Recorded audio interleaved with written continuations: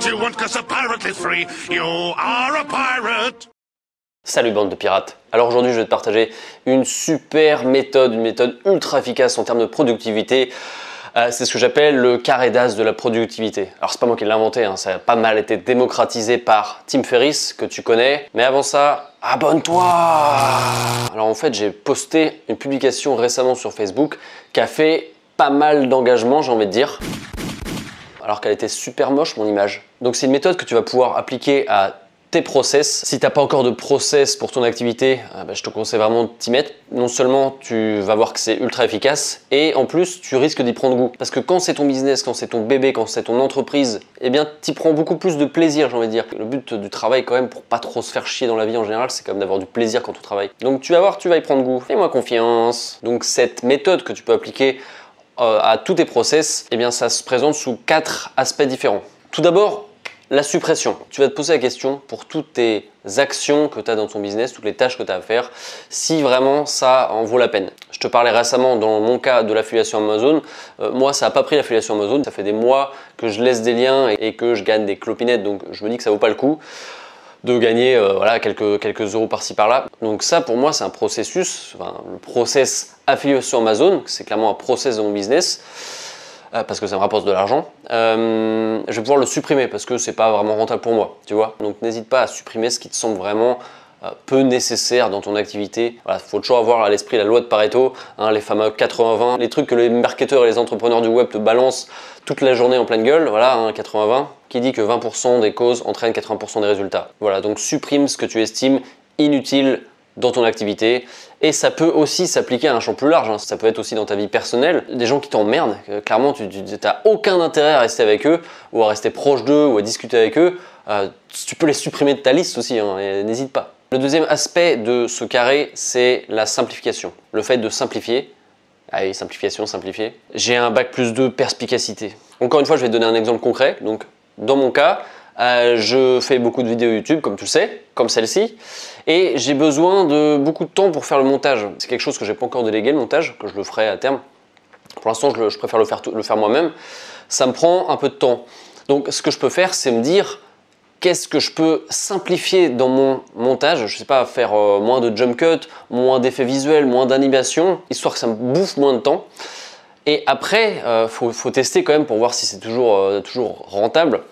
Ce que je peux voir, c'est est-ce que j'ai toujours autant de likes, est-ce que j'ai toujours autant de vues, voilà, essayer de lisser ça, de faire une moyenne. Si ça peut me diviser mon temps de travail par 2 et que si ça n'a pas d'impact négatif significatif sur mon activité, eh ben, je me pose pas trop la question. Donc de même que pour la suppression, essaie de voir ce qui peut être simplifié. Voilà, reste simple. Ça peut être pour les outils aussi, hein. Je te parlerai plus tard de mon système de vente, qui est pour moi le plus simple que j'ai trouvé. Il y a pas mal de gens qui vont t'approcher pour que t'inciter en tout cas à utiliser des outils qui sont ultra performants sûrement, certes, j'en doute pas, mais qui peuvent devenir des usines à gaz et qui peuvent vraiment rendre fou les gens. Enfin, j'ai vraiment eu des témoignages un peu affreux.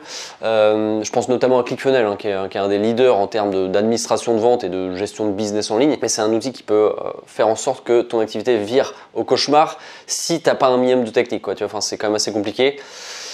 Donc voilà, fais attention aux outils aussi que tu utilises. Moi, je suis quelqu'un qui essaie vraiment d'être le plus minimaliste et le plus simple possible. Voilà, je veux que ma vie soit simple, donc il faut que mon business soit simple, que je n'ai pas trop d'emmerde, tu vois, que ça, le moins d'emmerde possible. Donc encore une fois, applique la simplification à ton activité et à ta vie en général. Sauf si tu adores te compliquer la vie. Je sais que certaines personnes aiment ça, ça arrive. Eh ouais. Le troisième côté, si je puis dire, de ce carré d'as de la productivité, c'est l'automatisation. Alors là, je te parlais d'outils. Tu as énormément d'outils sur Internet qui vont te permettre d'automatiser tes tâches. Alors pour te donner un exemple, tu as tous les autorépondeurs, hein, du style Aweber, Mailchimp, GetResponse, SG Autorépondeur, etc.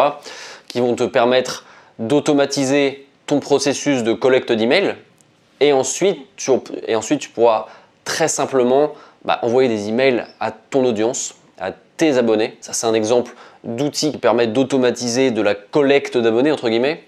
C'est la même chose pour YouTube. YouTube, c'est une activité, si c'est bien géré, si c'est bien fait, avec des bonnes vidéos, c'est une activité qui tourne en boucle, hein. Faut dire, les vues, plus tu as de vues, plus ta vidéo sera visible, plus en principe tu auras d'abonnés. Enfin, tu vois, c'est un cercle vertueux. Tu as d'autres outils qui te permettent notamment de publier de façon automatique. Alors, il y a par exemple Hootsuite que j'utilise notamment pour publier et planifier des publications sur Facebook. Tu sais, j'ai pas envie d'y passer 10 minutes par jour, voilà.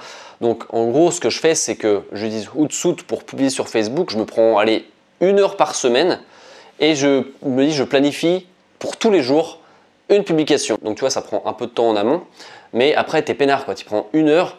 C'est comme gérer les factures, quoi. Traiter tes factures, tu vas pas y passer 15 minutes par jour, voilà, non, tu passes 1 heure par semaine. Voilà, tu fais tout d'un coup. Alors Hootsuite, moi j'utilise aussi IFTTT. Alors IFTTT, je l'utilise notamment pour poster sur plusieurs médias à la fois. Par exemple, quand je poste une photo sur Instagram, enfin je prends une photo et je la publie, et bien directement sur ma page Facebook, elle est publiée aussi. Ça permet au passage de récolter des abonnés sur Instagram. Voilà, tu as plein d'autres outils comme ça d'automatisation. Je pense à Buffer, je pense à Zapier. Voilà, je vais pas te faire la liste, hein, il y en a vraiment beaucoup pour plein d'activités différentes. Je t'en parlerai ultérieurement dans une prochaine vidéo. Keep connected. Et enfin, le dernier côté de ce carré d'as de la productivité, c'est la délégation.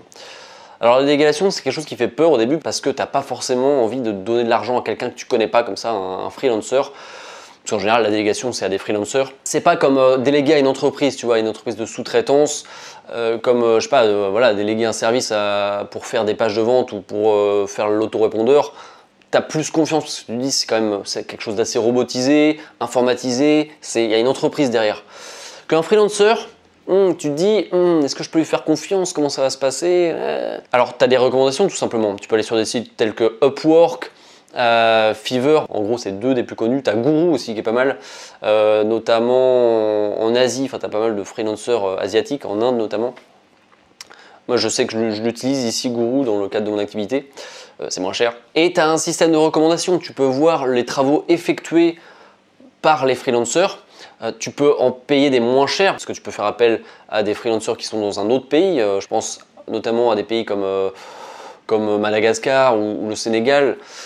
Tu vois, le coût de la vie est moins cher, donc tu paieras moins cher. Tu pourras payer quelques euros pour une petite tâche. Voilà. Tu vois, moi j'ai commencé à déléguer par exemple ma miniature parce que clairement ça me faisait chier de faire la miniature. Donc j'ai commencé à déléguer ça, je paye quelques euros quelqu'un voilà, qui me fait des miniatures, enfin je paie à la miniature. Alors mine de rien, ça m'emmerde plus, j'ai plus besoin de passer du temps à ça. Et en plus de ça, je le faisais mal, quoi. Enfin, c'était un peu moche ce que je faisais. Donc je préfère déléguer ça à quelqu'un qui le fait mieux que moi, voilà, quitte à y mettre quelques euros.